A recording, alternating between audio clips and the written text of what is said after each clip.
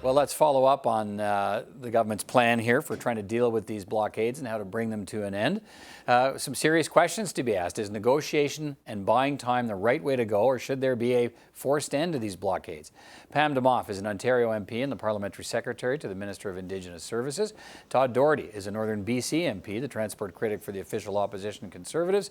And Leah Gazan is a Manitoba MP and the NDP critic for Families, Children and Social Development. She's a member of the Wood Mountain Lakota Nations. Good to see you all. Thank you for being with me tonight. Thank you for having me. Pam Demoff, let me start with you. The Prime Minister is calling for Canadians to show patience here as the government tries to negotiate an end to these blockades. Has the Prime Minister, has the government got a timetable for ending these blockades? How long is the government prepared to allow them to continue, and how long is it prepared to ask Canadians to show that patience? Well, I think, it's changing hour by hour, and the conversation continues, the dialogue continues, and that's what we have to keep doing. The Prime Minister stressed that today. Minister Miller has been in conversation on the weekend with the Mohawk at the blockade in Ontario. But I think, we need to keep these conversations going, and we know that what was done in the past didn't work. This is concrete action that the Prime Minister and ministers of the Crown are taking in order to move this forward. Right, so they want a negotiation process at some point to take place, and I think one of the first orders of business is to try and meet with those hereditary chiefs on their territory. They're saying there'll be no meeting until the RCMP clears out of there. The government can't tell the police what to do. So I guess I'm still back to the question of a timetable. How long should Canadians be prepared to have this go on for days and days and days, or how long? I think you have to look at the fact that we continue to work in good faith. We continue to have dialogue, and we need, I heard Minister Miller say on the weekend, he was talking about peace, order, and good government. And I think we need to focus on the fact that we need peace. We're looking for a solution that will be long-term and not something that is going to solve the issue today and then have something happen later on. And we need people to be heard. We need Indigenous peoples to be heard and listened to. And I think that's something that's been missing for hundreds of years, quite frankly. Let me turn to Mr. Doherty. Mr. Doherty, Conservatives accused the Prime Minister today of a complete abdication of responsibility and leadership. What does your party believe should be done to end the blockades? Well, first and foremost, I'd like to hear from the government and from my colleague from the government side whether these blockades are illegal or not. The question was posed time again. We could not get an answer. It took 13 days for the Prime Minister to come back to Canada to actually deal with this issue. Listen, we have organized activists that are taking up blockades, protests all over our country, saying that they stand with the Wet'suwet'en. Now, I know many people from the Wet'suwet'en, and they support this project. 85% of the Wet'suwet'en voted in favor of this project. Now, that includes elected band chiefs and councils, as well as hereditary chiefs.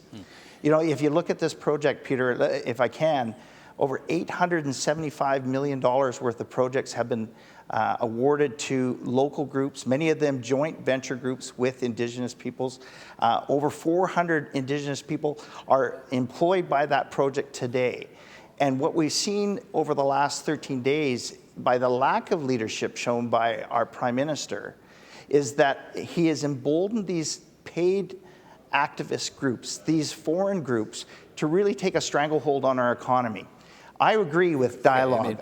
Some of those people may be, as you describe it. But Peter, but are you saying there's no Indigenous people at the blockades? No. That's not what I'm saying. Okay.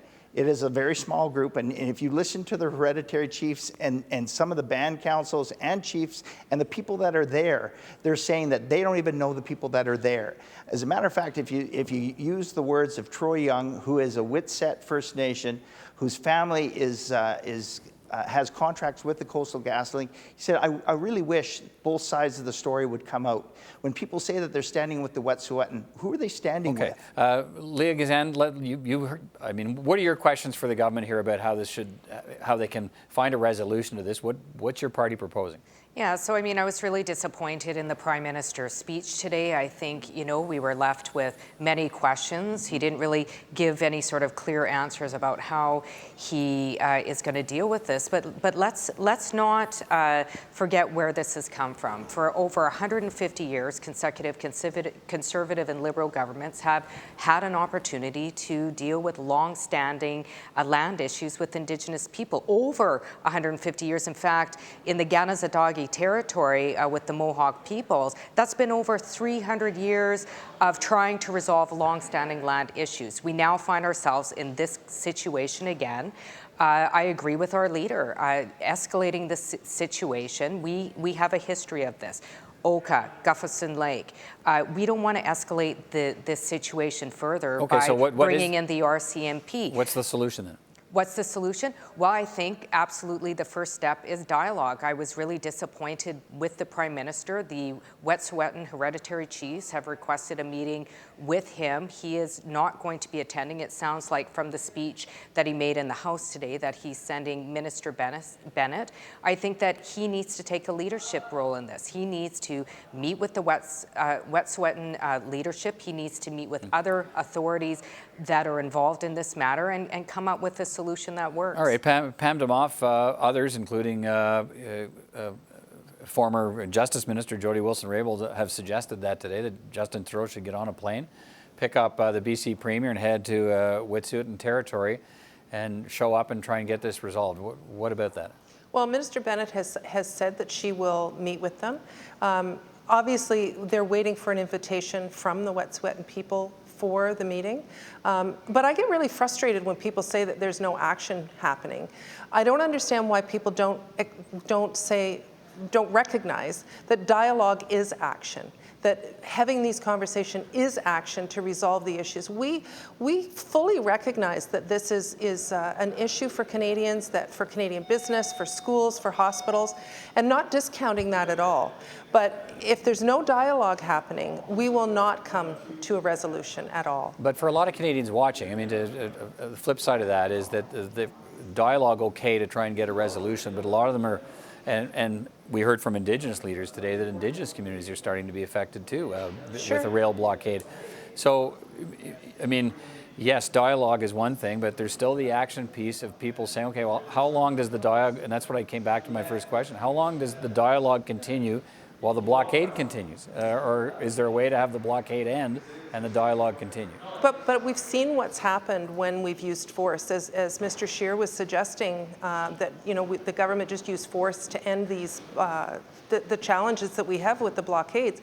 We've seen what's happened with that in the past, and we don't want a repeat of that. And I think we don't tell the RCMP how to enforce the laws, nor should we, in spite of what the opposition the Conservative opposition has suggested.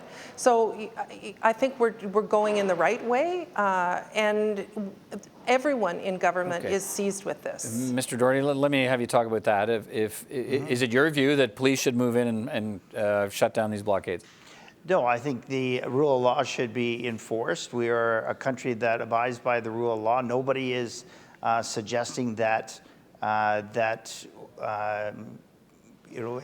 else would you enforce the rule of law without the police moving in and closing? Well, again, we allow the police to do their jobs. I think that's the number one thing, is allow the police to do the jobs. Nobody should be interfering. And I think listen. Peter, I think the first and foremost, are these blockades illegal? If, as a country and as a government and elected officials, we can agree that those blockades are illegal, well, then something needs to be done. But how concerned are you that if police did move in, that would either lead to more, violence or perhaps bloodshed or more blockades? Well, again, we are crystal balling it, and I don't have a crystal ball to be able to say. But sometimes with these things, don't you you have to look at what are the consequences of taking one step, because it might lead to unwanted consequences. So you do have to crystal ball to some extent. Well, say, if I do this, what's the next move on their part? I trust that our police, who have been tasked to protect all Canadians, have the tools, the negotiating skills, and the skills available and necessary to be able to diffuse this situation. What we need to be able to do is have all around the table to have that discussion to be able to diffuse the situation. First and foremost, we need leadership from our Prime Minister. If we have First Nations, we're talking about dialogue. Well, the Prime Minister didn't even come back to Canada until yesterday. So when you have a Prime Minister that's absent, running around the world, really globetrotting, and he's not seeing this as important enough to be here. He had his arm twisted to be back in Canada. Well, it is because he's here. He is here now. Okay, you made that case. Let me move to Leah Gazan and bring her back into the conversation. So, Leah Gazan, what are you watching for then in the next couple of days? What would satisfy you? What would be progress to you as this story continues to unfold? Well, I think certainly, I would urge the Prime Minister to meet with the Wet'suwet'en and hereditary chiefs. I want to make clear, like, I feel really, really bad for workers. Like, I have a lot of people in my riding that work for CN and Via Rail. But let me go back. This is a result of consecutive Conservative and Liberal governments who have not dealt with long-standing issues. Sending in, I agree with our leader, sending in police. We have seen the examples. I can't crystal ball it. It's called the Oka crisis, Gufferson Lake. We don't need that to happen. We need to get people back to work. We need to do this in a way that honors fundamental Indigenous human rights for all, and also addresses what's the other elephant in the room, which is the thousands and thousands and thousands of Canadians, particularly young Canadians, who are absolutely worried about our current climate emergency and are tired of people not listening. It's time for people to sit down and listen and move forward in a way that respects everyone involved. All right, on that note, we'll have to leave our conversation, Thank you very I'm much. sure we'll have a chance to pick up on it again. I want to thank all of you for your time tonight. It's an important issue to the country, and it's being debated in Parliament and where it should be debated, and we'll continue to follow it. Thank you all. Thank you. Thanks.